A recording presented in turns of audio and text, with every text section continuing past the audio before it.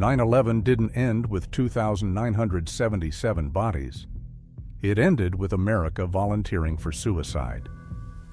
While Bush read goat stories, we handed terrorists the ultimate victory: our own fear. We signed the Patriot Act, legalizing your surveillance. We tortured innocents, manufacturing new enemies.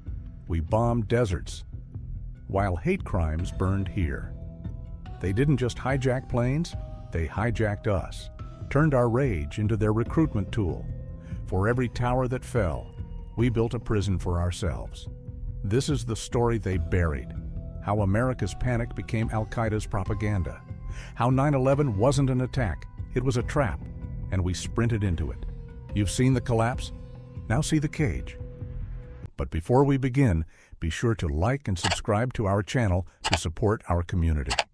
It was the morning of September 11th. American Airlines Flight 11 departed from Boston International Airport, bound for Los Angeles. Approximately 92 individuals were aboard the aircraft. This included 11 crew members and 81 passengers. Roughly 15 minutes after takeoff, it became known that among these 81 passengers, 5 were actually hijackers. These hijackers seized control of the plane by overpowering those on board. They forced their way into the cockpit. One of them was Mohammed Atta, a trained pilot. By nationality, he was Egyptian and 33 years old. He wrested control of the aircraft from the pilot and co-pilot, directing the plane straight toward the World Trade Center. Friends, the World Trade Center was a monumentally significant building in America at that time, having once been the tallest structure in the world. It stood as the pride of New York. The hijackers deliberately flew this plane into the North Tower of the World Trade Center. Some say it's Flight 175. We then see the plane crashing into the South Tower as the man observes the World Trade Center. This impact occurred at 8:46 a.m. U.S. President George W. Bush was en route to visit a school in Florida at that moment, accompanied by his White House Chief of Staff. When news reached him, he was informed of the crash. Bush initially refused to believe it. He stated it was inconceivable that anyone could execute such an act. He suggested the pilot likely suffered a heart attack, causing the plane to collide with the building. Otherwise, how could it happen? Sir, it appears a small twin-engine propeller plane has crashed into one of the towers at the World Trade Center in New York City. The general response was that it was a horrible accident. The pilot must have had a heart attack or something similar. Just 17 minutes later, it emerges that United Airlines Flight 175 has also been hijacked by 5 attackers. Once more, the hijackers subdue the pilots and seize command of the aircraft, because merely 17 minutes after the initial strike, these terrorists again target the World Trade Center, crashing the plane into the South Tower. A second impact in the second tower. By this moment, U.S. President George Bush has arrived at the school and sits in a second-grade classroom. The children are engaged in a reading exercise titled The Pet Goat. At this juncture, his Chief of Staff, Andrew Card, enters the classroom and whispers to him that America is under attack. Yet George Bush remains seated. He continues the reading activity, which persists for another 7 minutes. He converses with the children, takes photographs, and praises both students and teachers. These 7 minutes prove critical. During them, news spreads globally that 2 planes have struck the World Trade Center. Later, many criticized Bush for failing to act immediately.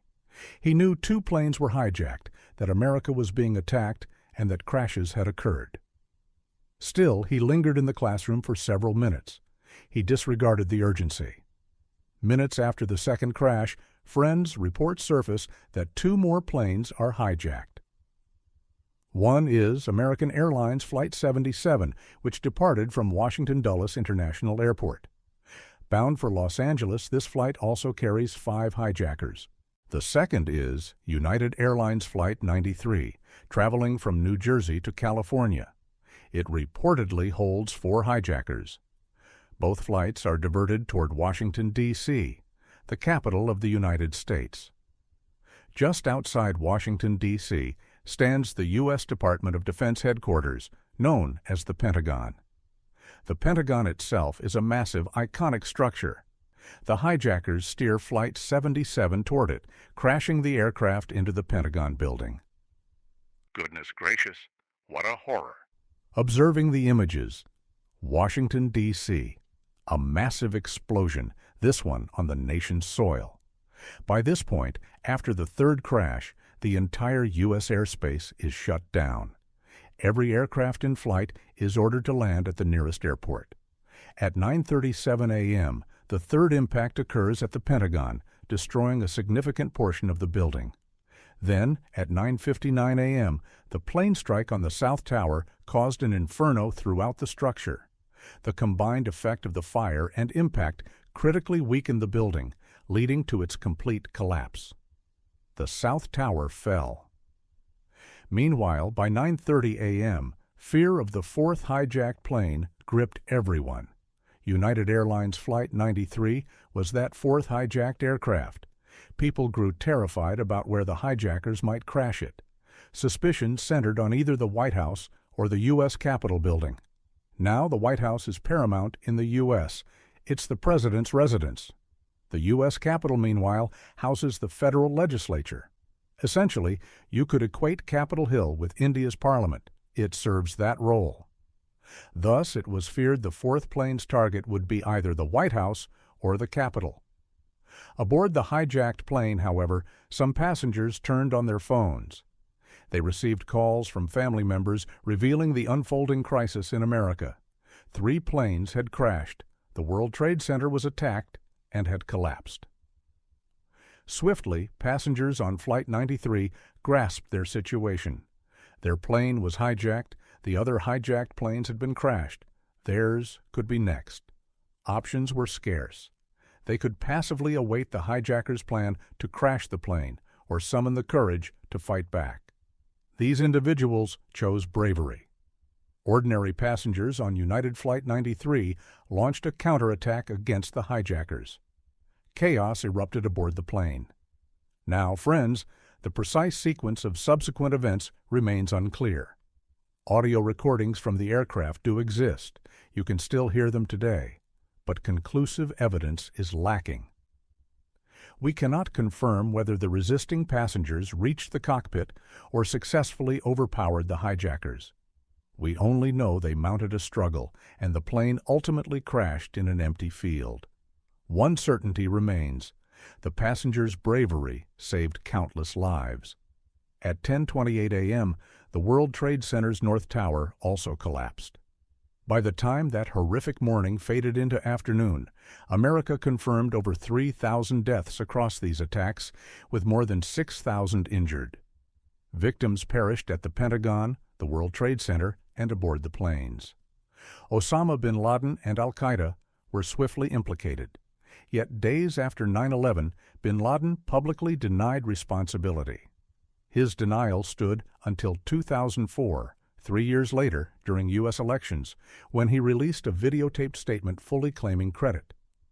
Bin Laden justified al-Qaeda's motives: U.S. interference in the Middle East, support for Israel, backing anti-Muslim actions in Lebanon, aiding Russia's crimes against Chechen Muslims, sanctions on Iraq, military collaboration with Saudi Arabia. He cited these as reasons for attacking America. "We aim to teach America a lesson," he declared. Core to all justifications was the assertion of Muslim persecution. Remember this point, as it holds crucial lessons for the broader narrative. The 9/11 Commission report identified Pakistani terrorist Khalid Sheikh Mohammed as the attack's mastermind, also involved in the 1993 World Trade Center bombing.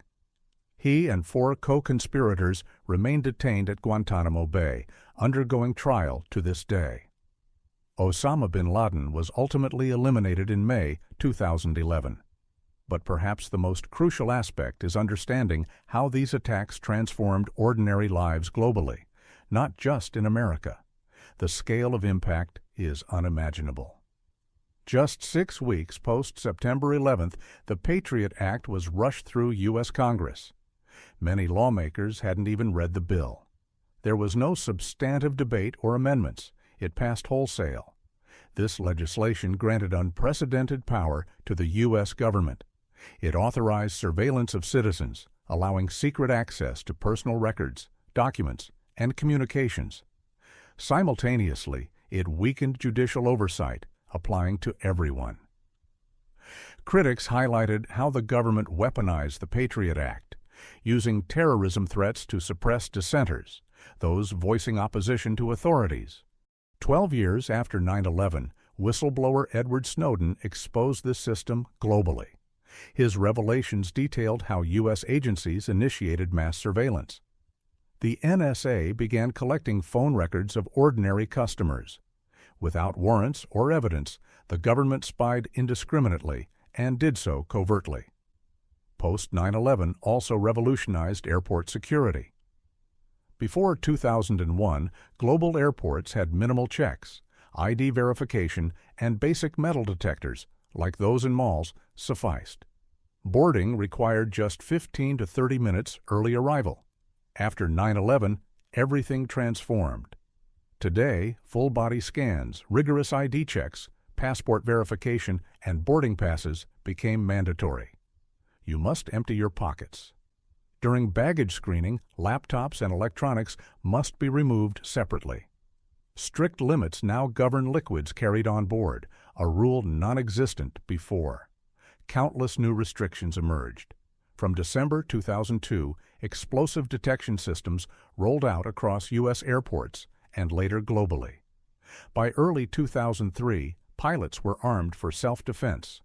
Cockpit doors were reinforced against intrusion, bullets, and grenades. Though Osama cited U.S. interference in the Middle East as justification, America's involvement intensified after 9/11.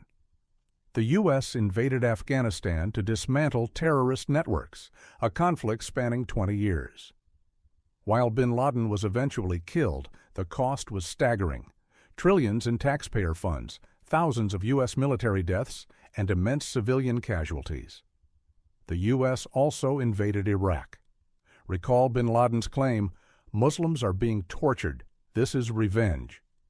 Yet after 9/11, attacks against Muslims surged. A xenophobic wave targeted Muslims and South Asians. In 2001 alone, 481 anti-Muslim hate crimes occurred. Sikhs faced violence too, mistaken for Muslims due to turbans and beards. Balbir Singh Sodhi, likely the first victim, was killed on September 15th after donating to 9/11 relief funds. He was planting flowers at his Arizona gas station when murdered. His killer, Frank Roque, received life imprisonment. Fear led some Sikhs to shave beards or abandon turbans. But hate crimes against Muslims, Sikhs, and South Asians continued rising. Post-9/11 fear also fueled arbitrary arrests, people jailed without evidence. Detainees faced torture. Large-scale human rights abuses unfolded, overwhelmingly backed by the American public. Citizens supported these measures, believing surveillance, torture, and arbitrary arrests of innocents were justified to combat terrorism. Critics argue America's war on terror became increasingly associated with torture. Ironically, this fueled further radicalization, pushing more toward terrorism out of rage or retaliation.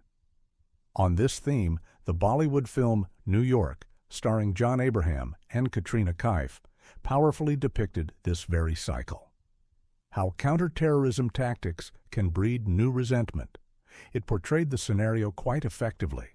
An eye for an eye leaves the whole world blind. Osama declared his attacks were revenge for America's actions, claiming innocent lives were targeted. When America retaliated for Osama's crimes by invading Afghanistan and Iraq, its actions killed innocent civilians there. Their grieving families thought, "The U.S. did this to us, now we'll take revenge." By joining terrorist groups, they perpetuated an endless cycle of vengeance. This self-feeding spiral knows no end. Kill one terrorist, create 10 more. See the proof? Osama bin Laden was eliminated, but ISIS rose from the ashes. Here's the vital lesson: never let governments exploit terrorism to seize power. After 9/11, the U.S. manipulated its citizens through surveillance and the Patriot Act. Don't let fear blind you to reality. Stay vigilant. I trust this expose has armed you with truth.